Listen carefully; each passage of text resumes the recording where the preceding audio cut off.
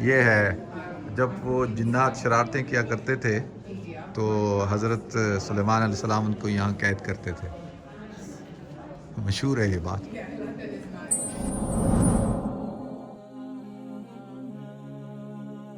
ہم مسجد مروانی کے اندر جا رہے ہیں جہاں پہ میں نے ابھی بیان کیا تھا آپ کو.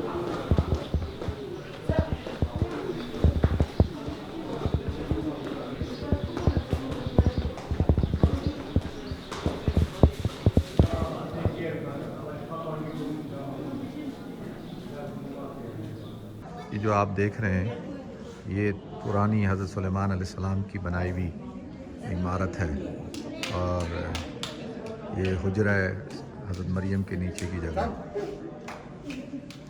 السلام علیکم. چلو مسموک الکریم بسام. ہاں بسام. بسام. ماشاء اللہ بسام. and you مأمون. مامون. you محمد. محمد.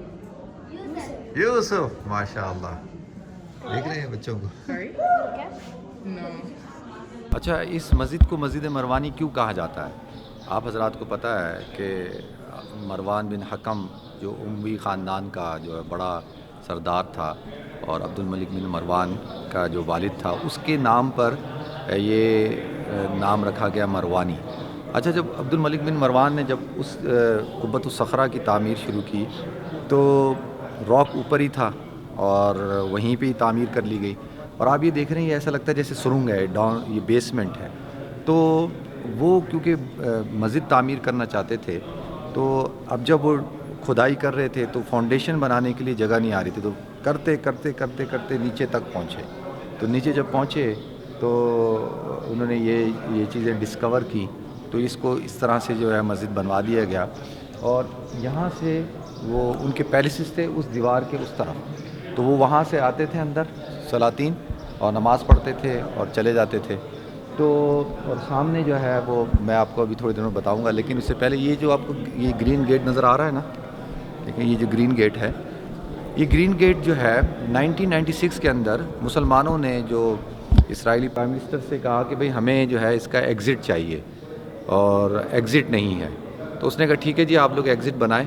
تو جب ایگزٹ بنانے کے لیے یہ انہوں نے فوراً مسلمانوں کو ایک موقع ملا اور انہوں نے اس کی کھدائی کرنا شروع کر دی اور کھدائی ہو رہی ہے اور جو ہے ٹرک بھر بھر کے جو ہے وہ ایک قریبی ایک گاؤں تھا وہاں پر اس کا جو جتنا بھی ریبلز تھے اور کنکریٹ تھی وہاں پھینکی جا رہی تھی.